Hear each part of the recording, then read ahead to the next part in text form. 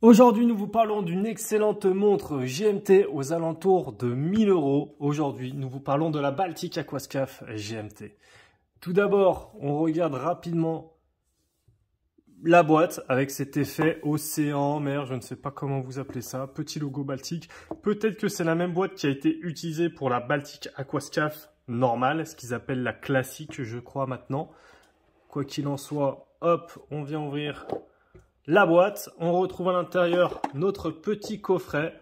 Dans le coffret, nous avons, alors ça, c'est moi qui ai rajouté mon maillon du bracelet. Il y a le manuel d'utilisation. Donc, le manuel d'utilisation est dans un papier assez épais.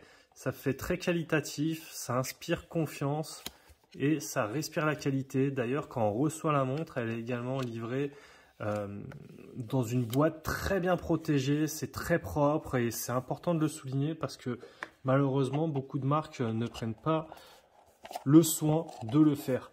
Ici, dans le fond, nous avons la carte de garantie. Je ne vais pas vous la montrer si jamais il y a des numéros de série ou quoi que ce soit. Donc, on va passer directement au bracelet, au coffret. Donc, voilà, coffret assez cool, mais sans en faire trop. Voilà, il est proportionnel avec la montre, c'est ce que j'aime bien. Il n'en fait pas trop, mais il reste joli et élégant. Donc, on vient ouvrir. Nous avons ici le petit logo Baltic avec la mention Aquascaphe. Peut-être que c'est les mêmes coffrets qui sont utilisés également sur les Aquascaphe, je ne sais pas. Quoi qu'il en soit, la montre est sur son petit coussinet et nous allons en parler plus en détail.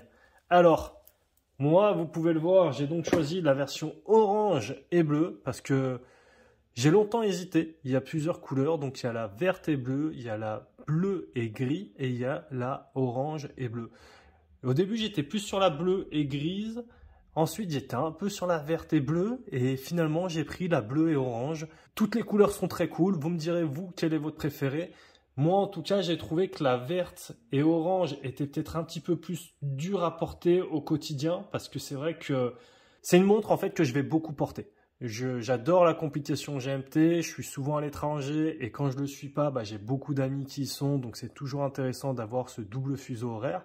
Et la verte et bleue, je la trouvais un petit peu plus compliquée à matcher avec les tenues du jour.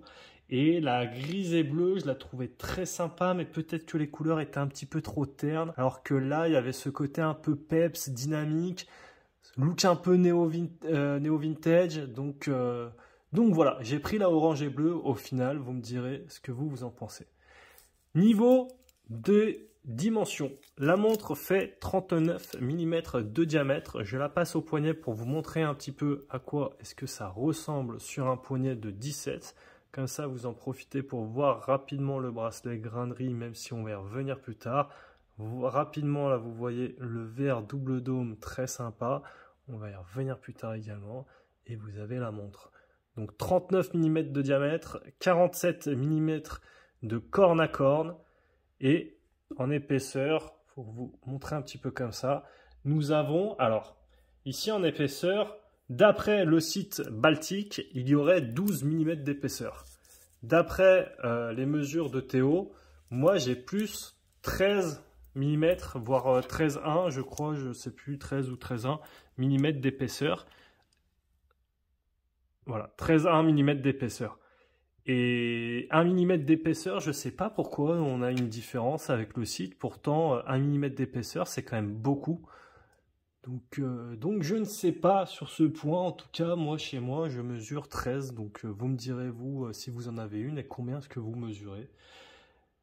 Qu'est-ce qu'on va dire? Le boîtier, comme le bracelet, est en acier 316L. Donc vous pouvez voir que les cornes sont percées. Moi, ça, j'aime bien sur les Tool Watch comme ça. Surtout que ça va être une montre que je vais beaucoup porter. Donc, je pense que je vais beaucoup changer de bracelet. Donc, c'est toujours utile d'avoir des cornes percées. Je trouve ça très chouette. Et le bracelet, d'ailleurs, lui aussi, est très bien réalisé avec ce grain de riz. Je trouve que les bracelets grain de riz sont vraiment super élégants. Donc, là, il est très bien fait. Chaque petite grainerie a été polie. Donc ça, c'est sympa. Par contre, j'ai peur que ça prenne vite des rayures. Mais bon, c'est une montre, hein. Elle est faite pour rayer un peu, hein, si on la porte, forcément. Nous avons le fermoir comme ceci, avec 2 boutons sur les côtés pour venir l'ouvrir et le fermer. Très important aussi, je précise, c'est qu'il y a pas mal de micro-ajustements. Donc j'en compte 1, 2, 3, 4, 5, 6 micro-ajustements. Moi qui ai un petit poignet, je vous disais 17 cm, j'aurais peut-être pu presque la porter juste avec les micro-ajustements. J'ai préféré quand même retirer un maillon. Mais c'est pas mal d'avoir pas mal de micro-ajustements. Surtout, encore une fois, sur une tool watch comme ça. Donc là-dessus, c'est très cool. Le bracelet, par contre, je pense que là, surtout sur les côtés, il va vite prendre des rayures. D'ailleurs, j'ai fait une petite rayure, malheureusement, déjà. Pourtant, j'ai fait attention, mais bon, ça fait partie du jeu. Et nous avons, qu'est-ce qu'on va pouvoir tirer? Nous avons donc ce cadran qu'ils appellent cadran glossy. Donc, c'est cet effet un peu mat, vintage, brillant. Ça fait cadran laqué un petit peu. Je sais pas comment définir ça. Par contre, une chose est sûre, c'est que le verre double dôme saphir, il vient donner un relief de dingue dans le cadran. En fait, le cadran, on a l'impression qu'il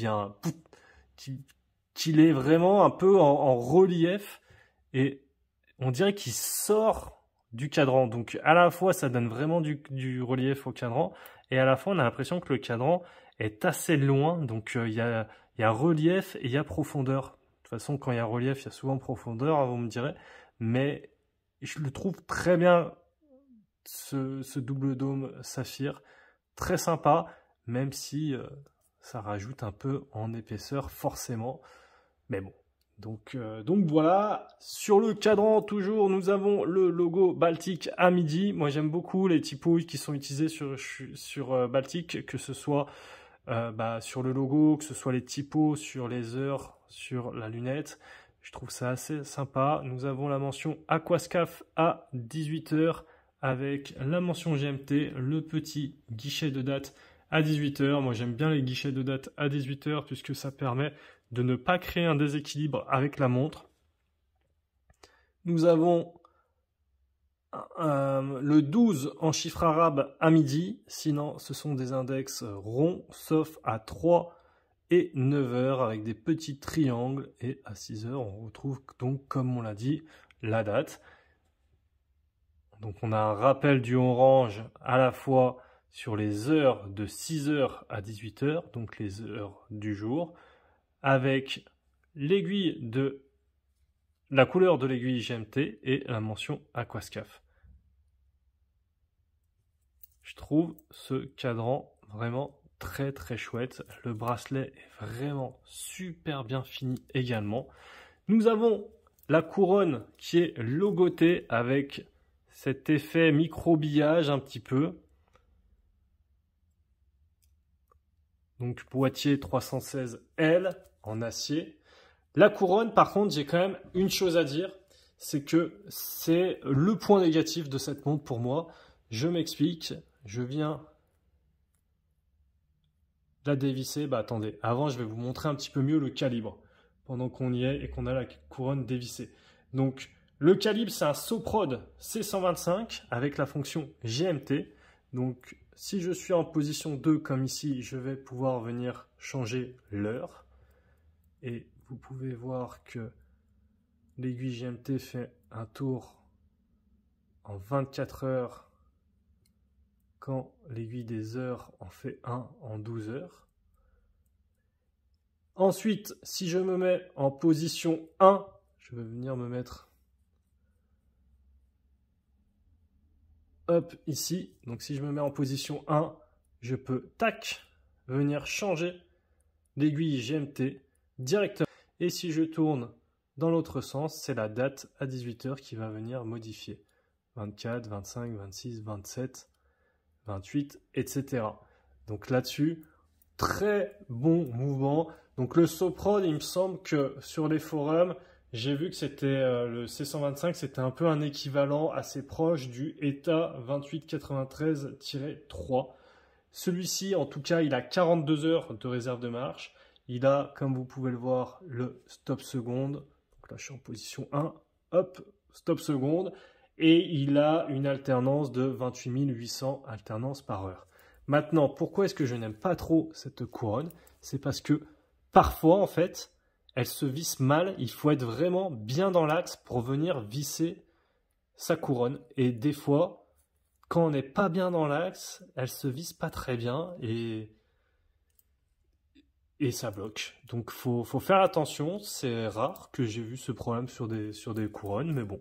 Quand on le sait et qu'on fait attention, il n'y a pas de souci, mais au début, je devais pas être très droit et des fois, bah, ça vissait à moitié. Donc, je le précise. Cette montre, je ne sais pas non, il n'y a pas la mention, mais elle est étanche à 100 mètres. Je crois qu'elle est au fond de boîte, la mention étanche à 100 mètres, je ne sais plus, j'ai un doute. Stainless steel, yes, ici 10 atmosphères. Alors ça, par contre, je ne sais pas non plus. Pourquoi est-ce que la Aquascaf plongeuse, donc ce qu'ils appellent la classique maintenant, était à 200 mètres d'étanchéité et celle-ci est à 100 mètres. Je ne sais pas ce qu'il explique puisqu'il me semble que c'est le même boîtier. Je pense que c'est la même lunette, c'est uniquement l'insert qui a été changé. Je suppose, je ne suis pas sûr. Mais du coup, je ne sais pas pourquoi celle-ci est étanche à 100 mètres et l'autre 200 mètres. Après, je vous rassure, moi, ça ne me dérange pas du tout. De toute façon, pour une montre GMT, 100 mètres, c'est déjà très bien. Donc, il n'y a aucun souci là-dessus. J'en profite pour vous parler de cette lunette. Alors, la lunette, elle est également en saphir. Donc ça, j'aimerais bien voir avec le temps ce que ça va donner. Mais c'est vrai que ça, visuellement, ça fait un effet un peu vintage, très sympa. Donc, je pense que ça commence à être à la mode un peu de faire les lunettes... que ce soit en verre minéral ou en verre autre. C'était d'ailleurs le cas sur la Seiko 5 SKX GMT, donc avec la lunette également en verre. Donc là, c'est celle-ci sur la Baltique, c'est du verre saphir, hein, qu'on soit d'accord. La lunette, elle se tourne des deux côtés, dans le sens inverse des aiguilles d'une montre, ou bien dans le sens des aiguilles d'une montre, c'est vous qui vous voyez. C'est le principe des lunettes GMT, c'est qu'elles soient bidirectionnelles. Et je trouve ça bien parce que parfois, les marques de montres, quand elles ont un format type plongeuse, comme ici avec la Aquascaf, et qu'elles veulent le transformer sur un nouveau format, enfin sur un nouveau type de montre type GMT, bah des fois, elles utilisent les mêmes lunettes et du coup, on se retrouve avec une GMT, mais unidirectionnelle seulement. Donc ça, je trouve ça dommage. Baltic ne l'a pas fait. Merci à eux. Ils respectent les clients. Ils n'ont pas fait de recyclage un peu à la con où je trouve que c'est pour économiser des costs et je trouve ça un peu dommage. Donc je ne citerai pas les marques. J'en ai déjà parlé sur la chaîne. Peut-être que vous les aurez. Quoi qu'il en soit, ce n'est pas le sujet ici. Donc, je remets un petit peu mon gant. Le type de fond, c'est un fond qui est vissé comme vous pouvez probablement le voir à travers cette vidéo. Et nous avons, hop, alors c'est dur à faire la mise au point, nous avons les différents time zones. Ah, j'arrive pas à vous mettre la mise au point. C'est un peu galère. Donc là, peut-être comme ça. Donc nous avons les différents fuseaux horaires. Donc ça, c'est pas mal parce que si vous savez que vous devez appeler quelqu'un, je sais pas moi, en Inde, bah, vous pouvez retrouver le fuseau horaire et adapter votre montre avec. Donc, on retrouve également les éternelles indications. Donc là, j'ai du mal à faire la mise au point. Sapphire Crystal, l'étanchéité Aquascaf GMT, je suppose les références, etc. Bon, je vais passer rapidement. Je vais vous montrer également la lume. La lume, c'est toujours assez intéressant, surtout que là-dessus, elle est très belle, je vous préviens. Je vous montre rapidement avant combien est-ce que la montre pèse. C'est toujours aussi une notion qui est importante. Donc là, cette montre fait 123 grammes, sachant que j'ai enlevé 129 grammes, sachant que j'ai enlevé un maillon. Donc on va dire 130 grammes avec tous les maillons. Très sincèrement, Si vous voulez l'alléger un petit peu, bon, ça va pas alléger grand-chose, mais vous pouvez également enlever un autre maillon et rétrécir au niveau, enfin, enlever un maillon et rejouer derrière en agrandissant sur les micro-ajustements vu qu'il y en a 6. Je vous montre l'allume. Est-ce que vous êtes prêts? 3, 2, 1. Voilà, cette lume. Super belle, franchement, la lume, moi je la trouve très sympa. Alors, on a un peu les aiguilles qui se chevauchent. Je vais vous arranger ça. Pas de panique. Voici. Donc vous voyez, avec... Hop, petite mise au point. Tac, avec la lunette là qui se tourne. Franchement, elle est top, la lume quoi, là-dessus. C'est vraiment la vraie tool watch par excellence. Donc voilà, vous me direz ce que vous pensez de cette Baltic Aquascaphe GMT. Mais franchement, je trouve que c'est un excellent choix si vous cherchez une montre GMT aux alentours de 1000 €. Voici. Donc je vous laisse sur une dernière image. Avant de vous quitter, je vous dis à la prochaine sur Monte ton calibre. Ciao.